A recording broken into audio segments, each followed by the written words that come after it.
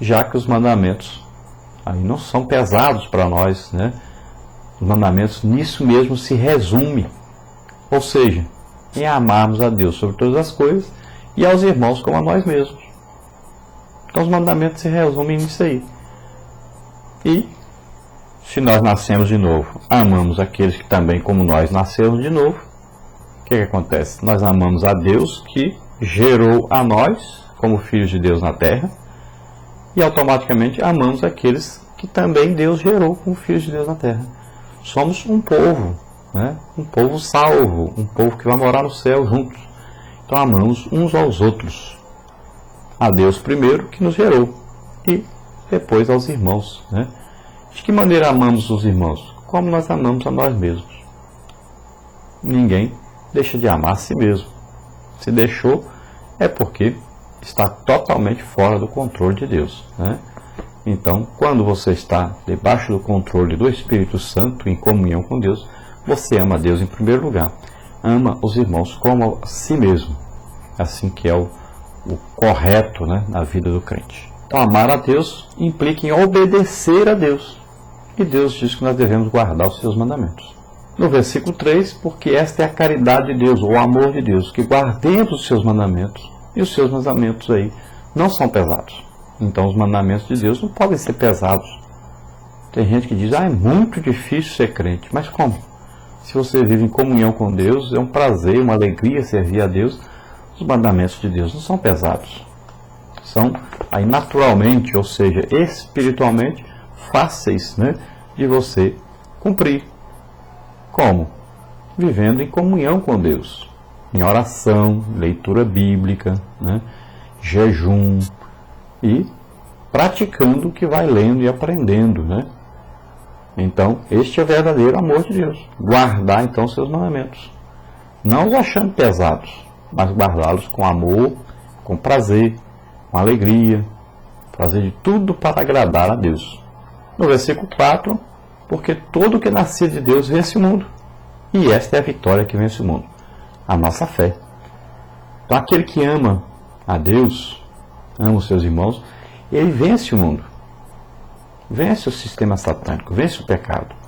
O amor é a maior arma que existe para vencer o pecado, vencer todas as ignorâncias, perseguições, é o amor. Então Jesus disse, quando alguém bater na sua face, dá a outra face. Ou seja, quando alguém bater em você, achando que você é apenas uma criatura humana, normal, oferece a ele o outro lado, o lado espiritual, oferece a ele o amor de Deus, o perdão de Deus. E é assim que deve ser. Mostre o lado espiritual para as pessoas. Mostre o lado de Deus. Mostre que você é filho de Deus. Então aquele que ama vence o mundo. Por que ele vence o mundo? Porque ama até os seus inimigos. Ama aqueles que o maltratam, que perseguem. Pela nossa fé em Deus é que amamos a todos e enfrentamos qualquer perigo, pois sabemos que temos um Pai amoroso, misericordioso, né, que nos livrará de todo o mal. E se Ele não nos livrar desse mal? Então nós estaremos para sempre com Ele. Se morrermos, estaremos para sempre com Deus. Então, Ele nos guardando, nos livrando, ou não, estaremos para sempre com Ele. Não foi assim que aconteceu com Sadraque, Mesaque e Abednego? Quando o rei disse, se vocês não adorarem a minha estátua, eu vou lançar vocês na fornalha. Ele disse, olha, Deus é poderoso para nos livrar. Agora, e se Ele não livrar, não tem problema não. Nós vamos continuar sendo fiel a Ele. E Ele vai levar-nos para Ele. Nós estaremos para sempre com Ele, não tem problema. Tanto Ele livrando ou não livrando, nós vamos continuar crendo nele e amando a Ele. E é assim que todo crente deve fazer. Quem é que vence o mundo, no versículo 5? Senão aquele que crê que Jesus é o Filho de Deus. Então, se sabemos e temos certeza que Jesus é o Filho de Deus, então nele confiamos em tudo. Com essa certeza que nós vamos sempre confiar em Deus e sempre ter a certeza da nossa salvação, do nosso perdão, da misericórdia de Deus sobre nós. No versículo 6 diz, este é aquele que veio por água e sangue, isto é, Jesus Cristo. Não só por água, mas por água e por sangue. E o Espírito é o que testifica, porque o Espírito é a verdade. Então, esse versículo tem várias interpretações, mas nós devemos olhar assim a palavra de Deus, talvez as coisas mais simples é que está faltando a gente olhar, as coisas mais assim fáceis de entender. Às vezes nós complicamos tanto as coisas que acabamos não pegando a revelação ou o que está realmente na palavra de Deus. Então aqui está dizendo, João está tentando provar aqui que Jesus o quê? Jesus Cristo é aquele que veio como homem para nos salvar. Ele se fez homem. Então Deus se fez homem para nos salvar. Jesus veio em carne, veio como homem para nos salvar. Como é que ele vai provar isso? Então a maneira que João encontrou aqui de provar isso, ele diz, olha, tem 3 aí que estão testificando, que podem ser testemunhas disso. 3 fatos. Então o primeiro fato mais importante é que o Espírito Santo é quem gerou Jesus no ventre de Maria. Então ele foi concebido pelo Espírito Santo. E o Espírito Santo é uma testemunha fiel disso. Precisa de 3 coisas para provar? Então outra coisa é que nós vamos ver que para nascer na terra, o homem tem que nascer de um parto, né? Tem que ser um nascimento físico, tem que nascer de uma mulher. Como é que para nascer de uma mulher acontece o quê? Existe uma bolsa, a bolsa tem que estourar. O que é que tem na bolsa? Água. Então, se a bolsa estourou, saiu água, é uma prova de que ali havia um feto, né? E que agora está na hora de nascer. Então, a água. Outra coisa, que quando nasce uma criança, o que mais acontece? Sangue. Porque existe a placenta, né? Existe sangue quando nasce uma criança. Então ali tem prova. O Espírito Santo gerou Jesus, Maria concebeu, deu à luz ali. A bolsa estourou, teve o sangue do parto, Jesus nasceu normalmente como qualquer outro homem. Nasceu na terra. Não era filho de homem, para não herdar a semente de Adão. Mas ele foi concebido, a semente de Deus, a palavra de Deus é quem gerou, através do Espírito Santo. Então foi um milagre de Deus, a concepção de Maria. Mas o nascimento foi físico, o nascimento normal.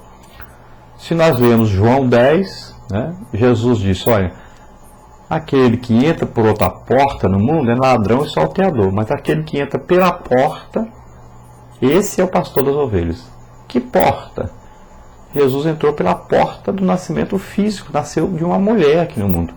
Então esse é o pastor das ovelhas, esse é o Salvador. Quem é que nasceu de outro jeito aqui no mundo, que entrou aqui no mundo de outro jeito? Não foi através do nascimento de uma mulher, ele não nasceu fisicamente, mas foi lançado, entrou por outra porta. Ou seja, foi expulso do céu e caiu aqui, foi Satanás. Ele não nasceu como homem na terra.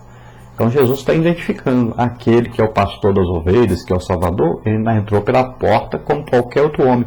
A porta do nascimento físico, nasceu de uma mulher. Então é isso que João está dizendo aqui. E é o que nós devemos entender.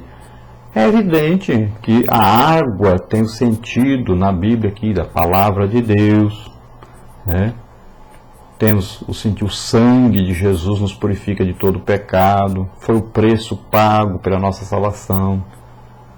Sabemos que Jesus foi batizado nas águas e ali o Pai falou, esse é meu filho amado, né? Sabemos que Jesus estava orando naquele momento, que desceu sobre ele o Espírito Santo, comprovando, dando testemunho para João que aquele era o Filho de Deus. Sabemos tudo isso. Mas João aqui está falando, está provando que Jesus é homem, que nasceu como homem. Depois do versículo 7, porque 3 são os que testificam no céu, o Pai, a Palavra e o Espírito Santo. E estes 3 são um.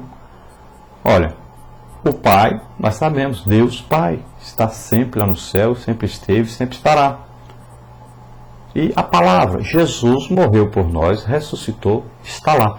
Quando Jesus estava aqui, a Palavra de Deus permanece para sempre. Jesus não deixou de existir como Deus. Mesmo quando ele estava num corpo humano físico, como homem, ele não deixou de ser Deus. Ele assumiu aqui a humanidade. Um corpo humano, viveu como homem, mas não deixou de ser Deus. Então, ele está no céu sempre testificando, né? E também o Espírito Santo. Quando Ele está em nós, morando conosco, ele não deixou de ser Deus, não deixou também de estar com Deus. Então, três testificam no céu: o Pai, a Palavra e o Espírito Santo. Então, quando Jesus está na terra, a gente diz que a Palavra está no céu, ou seja, Jesus como Deus continua lá. É a palavra viva de Deus, né? Tudo que está escrito a respeito da vinda de Jesus para nos salvar. Então, continua lá firme. E quando Jesus está na terra para nos salvar,